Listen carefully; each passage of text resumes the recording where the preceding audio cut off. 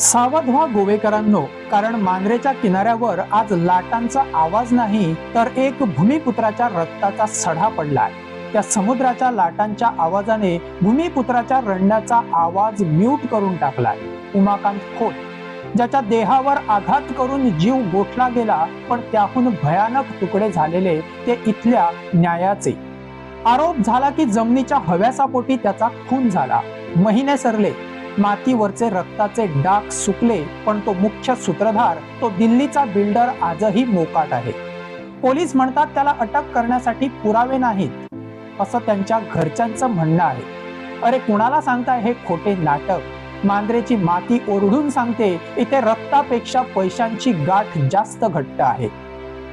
बघा, या व्यवस्थेची बलिहारी आरपोरा अग्निकांड घडलं तेव्हा लुत्रा ब्रदर्स या क्लब मालकांना पोलिसांनी विदेशात असताना सुद्धा अटक करायला लावली। तिथं कायदा वाघासारखा धावला। मग उमाकांत खोत प्रकरणात तोच कायदा मुका आणि बहिरा का होतो? तो दिल्लीचा जमीन मालक आरोपी का ठरत नाही? की इथल्या कायद्याचे हात क्लब मालकांपर्यंत पोहोचले तर मग त्या दिल्लीच्या बिल्डर समोर तेच हात लाचारीने जोडले जात आहेत का? हा कसला न्याय आणि हे कसले रक्षक, हा प्रश्न आज विचारला जातोय।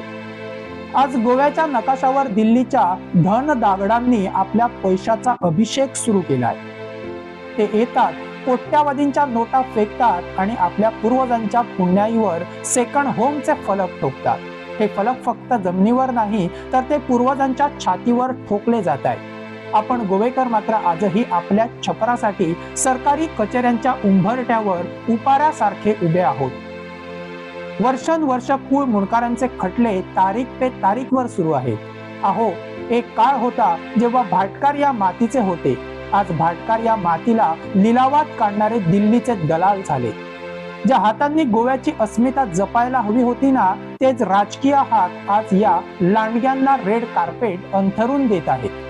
सरकार नवनवीन प्रकल्पाचे गाजर दाखवतंय, कधी विमानतळ, कधी रस्ते, कधी IT पार्क, पण या प्रकल्पांच्या नावाखाली सामान्य गोवेकराच्या काळजात भीतीचं विष पेरलं जातंय। उद्या सरकार जमीन हडप करेल त्यापेक्षा आजच बिल्डरला दिलेली बरी।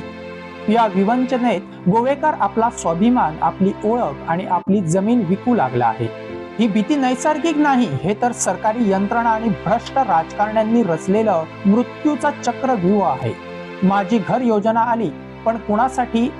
ज्यांचा जन्म इथे झाला ते कागदांच्या जंजाळात मेला आणि जो काल परवा विमानातून उतरला तो आज नवा जमीनदार होऊन बसला।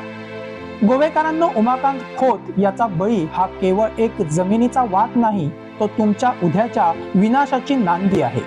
जर आज तुम्ही गप्प राहिलात तर लक्षात ठेवा, उद्या मांजरेपासून काणकोण पर्यंत फक्त सिमेंटाची थडगी उभी असतील आणि तुमचा नातू आपल्याच गावात दिल्लीच्या बिल्डरच्या बंगल्याबाहेर वॉचमन म्हणून उभा असेल।